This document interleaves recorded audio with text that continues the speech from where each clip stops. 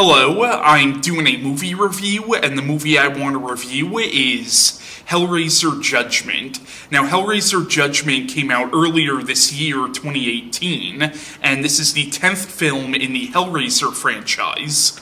Now, I'm doing this review for Horror Month, which is something I do every October, where I review all the films in different horror franchises. But since I'm done reviewing all the franchises for 2018's Horror Month, I decided to end this year's Horror Month off with reviewing newer installments of franchises that I've reviewed in the past. Now, for Horror Month of 2013, I reviewed all the Hellraiser movies, but since then there's been this one, so I'm doing this review as sort of an extension of the Hellraiser reviews that I've done in the past. And I'll leave links in the description to my reviews on the other Hellraiser films. But since this is the 10th installment of this series, I decided to do a quick little rundown on my thoughts on all the films leading up to this. So, the original Hellraiser, written and directed by Clive Barker, based on his book The Hellbound Heart, is one of my all-time favorite horror films, and it's a movie that really did not need sequels, in my opinion. It really should have been a standalone film. And while it does have a massive cult following, I also think it's really underrated because a lot of people forget the first Hellraiser movie is not a slasher film. It's not a slasher film at all. Unfortunately, it kind of gets lumped in with a lot of slasher films, but it really isn't that at all. And it's a film that I feel like people have sort of missed the point of. But I think it's a classic of the horror genre, and once again, it's a film that I do not think needed sequels, but the first sequel, Hellbound Hellraiser 2, is easily the best of all the follow-ups. Like, Hellraiser 2 really does a good job at expanding the mythology, but still keeping the mythology ambiguous enough where you can still make your own interpretation of it. Then you had Hellraiser 3, which I freaking despise, and it's the movie that made Hellraiser into a slasher series, even though it's not representative of the first two films at all. Then you had Hellraiser Bloodline, which I actually don't mind, but I understand why people hate it so much. Then you had Hellraiser Inferno, which I actually think is a pretty good movie, but it would have been better if it wasn't a Hellraiser film, because the original script had nothing to do with Hellraiser. It was just a standalone horror script that Dimension had the rights to, and they sort of shoehorned Pinhead and the other Cenobites into that. But besides being a Hellraiser film when it really shouldn't have been, it's actually not a bad film. Then you had Hellraiser Hellseeker, which is the one that makes me the most angry, because in that one they brought back the character of Kirsty Cotton from the first two movies, but what they did to her I thought was insulting to the character and insulting to fans of the first two movies. Then you had Hellraiser Deader, which wasn't a terrible movie, but it was kind of a mediocre film, in my opinion. Then you had Hellraiser Hellworld, which was freaking god-awful. It was almost entertainingly bad, but it was still a pretty bad freaking movie. The one saving grace for the movie is it did have Lance Henriksen. Then you had Hellraiser Revelations in 2011, and that was really freaking bad. And it was the first Hellraiser movie that did not have Doug Bradley as Pinhead, and apparently the only reason that movie got made was because Dimension, who owns the rights to this franchise, they were about to lose the rights, and they've been trying for years to do a Hellraiser remake, so they just made that movie to retain the rights pretty much. But now we got this movie, Hellraiser Judgment, and this is actually written and directed by the same person who wrote Hellraiser Revelations, which is one of the reasons why I was very sort of hesitant to check this movie out. I mean, I was going to check the movie out regardless, but it was one of the main detractors from this movie for me was the fact that it's written by the same person who wrote that piece of shit, but This was actually a surprising movie. Now, I don't think the movie's great, but it's definitely better than Hellraiser Revelations, and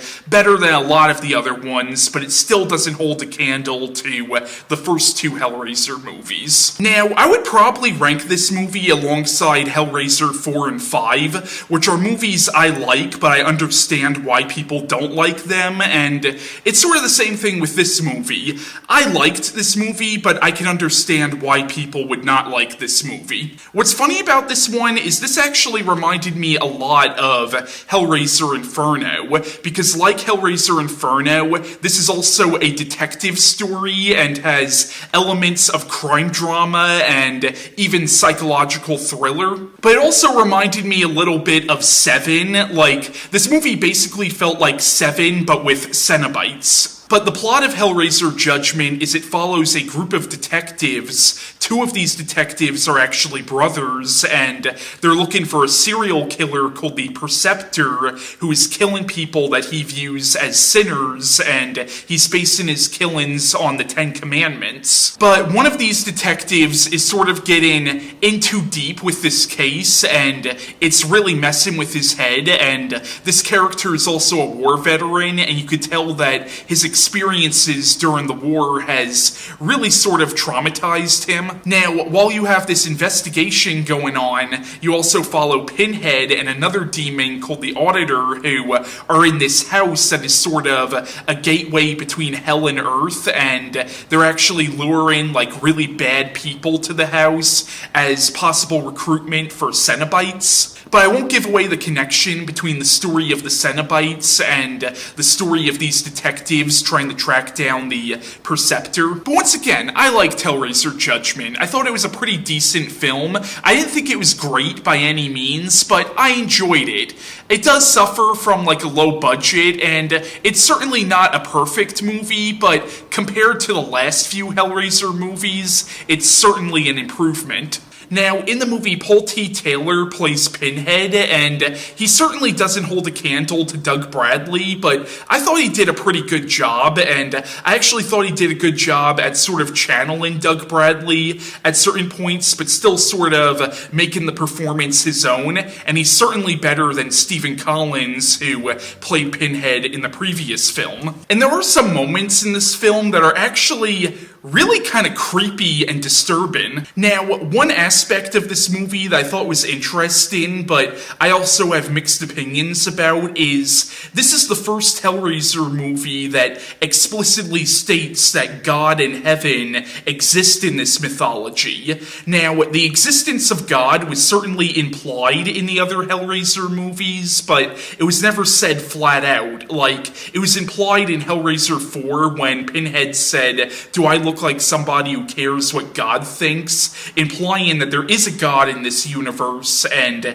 Pinhead is defiant towards this God, but it never said it flat out. But in the movie, you have a character who's an angel, and it actually implies that heaven and hell work very closely with each other. And I thought that was interesting, and part of the reason why the director wanted to incorporate angels into this mythology was because he's a huge fan of stuff like The Prophecy and Constantine, which I'm a huge fan of those movies too, and I thought it was really interesting, but the reason I have mixed opinions about it is it does kind of miss the point of the first two Hellraiser movies. Because in the first two Hellraiser movies, and even in the original novel, The Hellbound Heart, the mythology was very much left up to your own interpretation. Like, if you wanted to, you could interpret the hell in this story as the traditional Christian Judea hell, and you could interpret the Cenobites as Satan's demons, but also if you wanted to,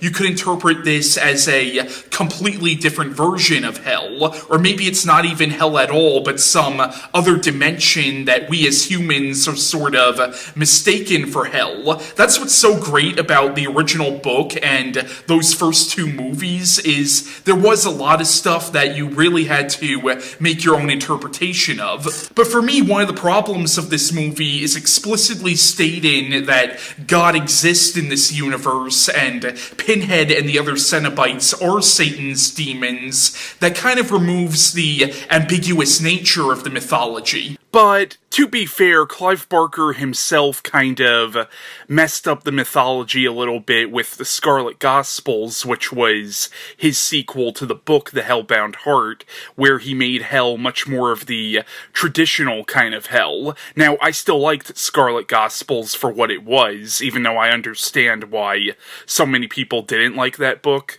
And also, since this is a detective thriller, it does sort of fall into the usual traps and cliches of the detective genre, and also some of the dialogue in this film is very typical of this genre. But despite its flaws, I did like Hellraiser Judgment. Oh, and I almost forgot to mention that Heather Langenkamp has a brief cameo appearance in this film, and it's great to see her in anything. So that was my review on Hellraiser Judgment. Now, my next movie review for Horror Month will be, since for Horror Month of 2012 I reviewed all the Halloween movies, my next movie review is going to be on 2018's Halloween.